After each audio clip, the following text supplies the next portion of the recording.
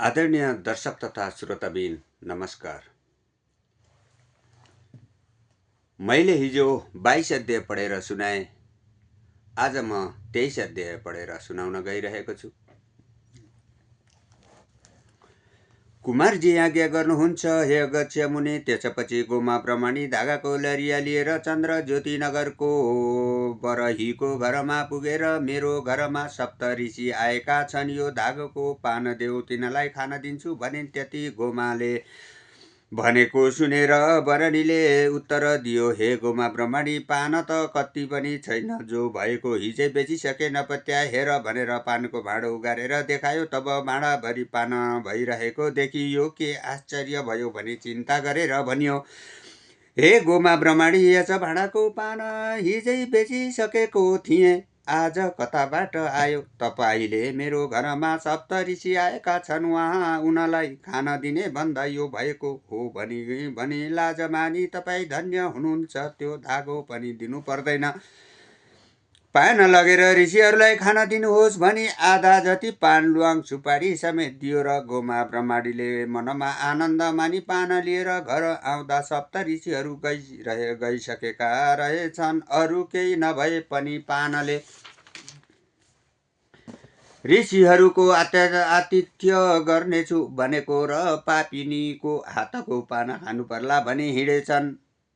म धिक्कार रहेछु भनी विस्मत गरिन्। केही बेरपछि कुचो लिएर घर बढारौँ भनी पिरुका उठाउँदा उनीहरूले छाडेर गएका 7वटा सुनका कौडी देखिन्थ्यो। द्रव्य पाएपछि तिनीहरूले बताए अनुसार पौष शुक्ल पूर्णिमादेखि हात खुट्टाका नङ काटी स्नान गरेर पवित्र भई एक भक्त रही एक चित्त गरी नित्य मध्याह्न कालमा श्री महादेवको पूजा गरेर रात पर्ना साथ कथा सुन्ने घरमा कोही नहुनाले आफ्ना खाट चर्खा उइटा धनु आदि राखेर श्री स्वस्थानी परमेश्वरीको कथा भन्दथिन्। त्यसो गर्दा चन्द्र ज्योति नगरका गोठाला केटाकेटीहरूले सुनेर के भो भनी खरको भित्ता च्यातेर चियाउन लागेर बिछौना उइटा चर्खा धनु सामुन्ने राखेर एक्लै बरबराइरहेकी गोमालाई देखेर, हे गोमा ब्रह्मणी, किन एक्लै कराएकी भनी सोधे। अनि गोमाले भनिन्, हे बालक हो, सप्त ऋषिहरू आई श्री स्वस्थानी परमेश्वरीको व्रत गर भनी उपदेश दिएर गएका हुनाले सोही व्रत गरी श्री स्वस्थानी परमेश्वरीको कथा भनेकी हुँ, व्यर्थ कराएकी होइन। मलाई कुनै रोग पनि लागेको छैन, म बहुलाएकी पनि होइन, सुन्ने कोही नहुनाले ओछ्यान चर्खा उइटा धनुलाई सुनाएकी हुँ। यति गोमाले भनेको सुनि गोठाला केटाकेटीहरूले दिउँसो आफूले खान लागेको अन्न पात छाडेर गए। सधैँ गोमाले भनेको कथा सुन्दथे र जे सकेको लगिदिन्थे। त्यसो गर्दा श्री स्वस्थानी परमेश्वरीको कृपाले गोठाला केटाकेटीलाई घाँस खोज्न केही पर जानु परेन, नजिकै पाइन लाग्यो। गोमालाई पनि अन्न द्रव्य हुँदै गयो।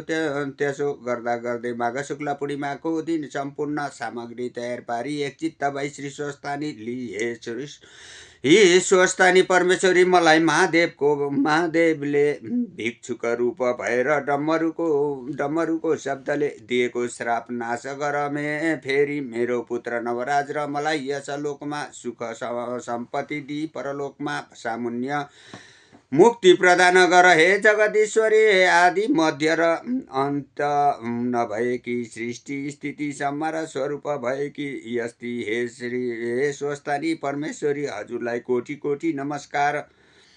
यसरी महादेवले पनि स्तुति गरी अर्घ दिन र दण्डवत प्रणाम गरेर प्रसाद झिकी अष्टोत्तर 100मा 8 रोटी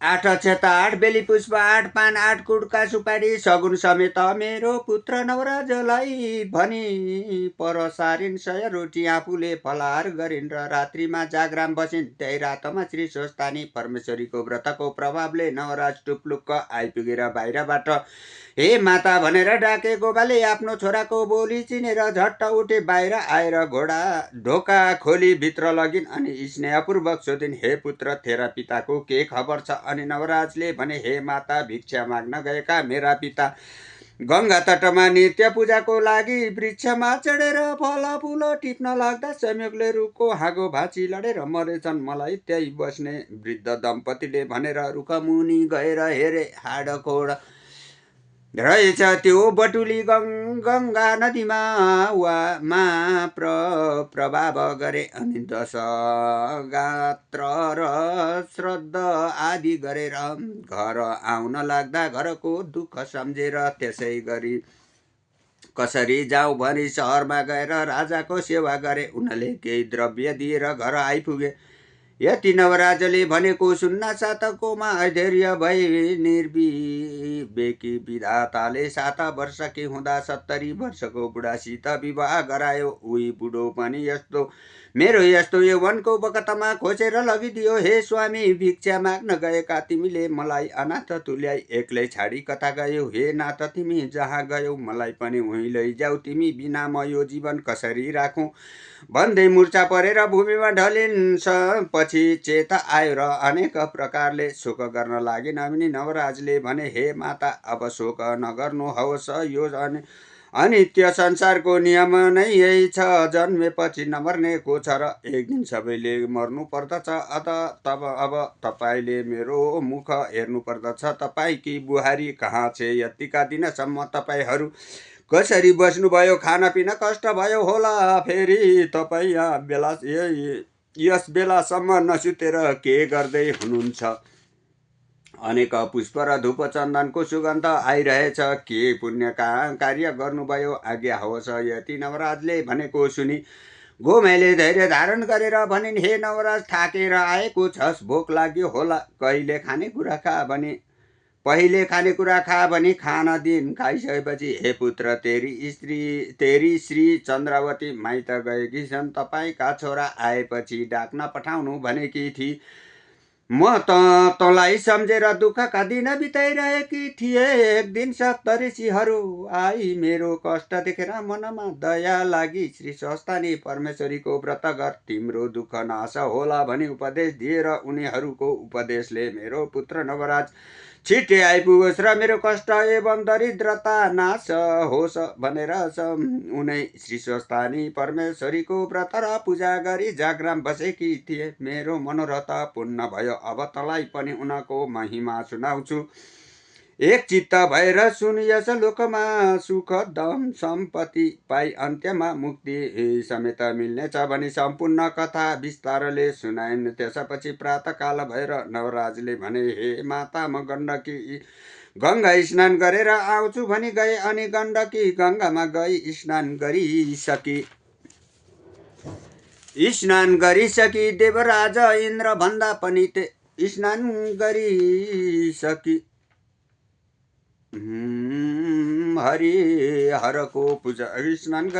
हरिहरको पूजा गरी र स्तुति गर्दा गोमा ब्रह्माणीको व्रतको प्रभावले गण्डकी गङ्गामा हरिहर प्रकट भई। हे नवराज, तेरी माताले गरेको स्वस्थानी परमेश्वरीको व्रतका प्रभावले हामी प्रसन्न भयौँ। वरदान ल्याउ सुन।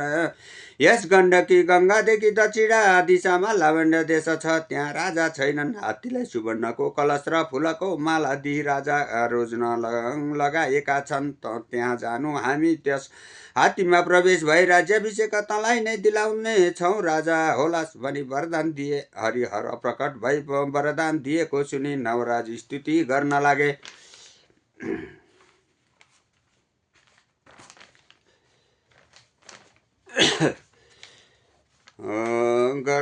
गर्न लागे लिने वरमाला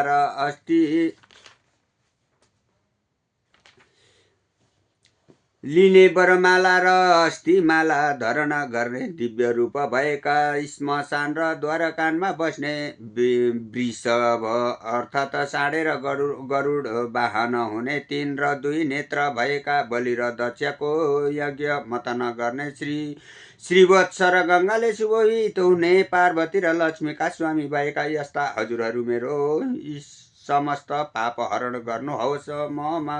माथि दया गरेर दर्शन दिनुभयो। म धन्य रहेछु, मैले माताको गर्भमा बास लिएको। आज सफल भयो दुष्ट जनको संहार र साधु जनको रक्षा गर्ने। यस्ता हजुरहरू सम्पूर्ण ब्रह्माण्ड सृष्टि गरेर पालन गरी पापना पुण्यका साक्षी भएका हजुरलाई कोटि कोटि नमस्कार छ। सधैँ हजुरहरूको भक्तिमा मेरो चित्त लागो छ। यस्तै अनेक स्तुति गरिसकेपछि हरिहर अन्तर्धान हुनुभयो अनि नवराज हरिहरको दर्शन पाएपछि सूर्य झैँ तेजिला भएर घर पुगे। गोमाले छोरोलाई त्यस्तो तेजले युक्त भएको देखेर आश्चर्य मान्दै सोधिन्, हे नवराज, त आज अत्यन्त तेजवन्त देखिन्छस्, त्यसै हो कि मेरो चित्तको भ्रान्ति हो? म त देवराज इन्द्रभन्दा पनि तेजिलो देखिरहेकी छु। यति महतारीले भनेपछि नवराजले गण्डकी गङ्गामा स्नान गर्न जाँदा गण्डकी गङ्गाबाट हरिहर प्रत्यक्ष भएको र लामण्ड देशको राजा होलास् भन्ने वरदान दिएको सारा वृत्तान्त सुनाई। हे माता, हजुरको तपस्याको प्रभावले म यस्तो भए भने। यति नवराजले भनेपछि गोमा प्रसन्न भएर बोलिन्, हे नवराज, मेरो पुत्र चाँडै आइपुगोस् भनेर श्री स्वस्थानी परमेश्वरीको व्रत गरी प्रसाद राखिदिएकी छु। ल उल्ल्याऊ, श्री स्वस्थानी परमेश्वरीले सदैव तिम्रो कल्याण गरून्, सधैँ उनकै भक्तिमा चित्त लागिरहोस्। यति भनेर श्री स्वस्थानी परमेश्वरीको प्रसाद आठ आठ गनेर राखेको सगुन समय दिन र हे पुत्र, तिमी हरिहरको आशीर्वादले लामण्ड देशको राजा भए भने आशीर्वाद दिन। नवराजले पनि श्री स्वस्थानी परमेश्वरीको प्रसाद खाई माताको चरणमा दण्डवत प्रणाम गरी लामण्ड देश जान भने हिँडे। इति श्री स्कन्द पुराण केदार खण्डे माघ महात्म्य कुमारागछि संवाद श्री स्वस्थानी परमेश्वर व्रत कथा गोमा स्वस्थानी व्रत कृत वर्णनम नाम त्रयोविंशोऽध्याय।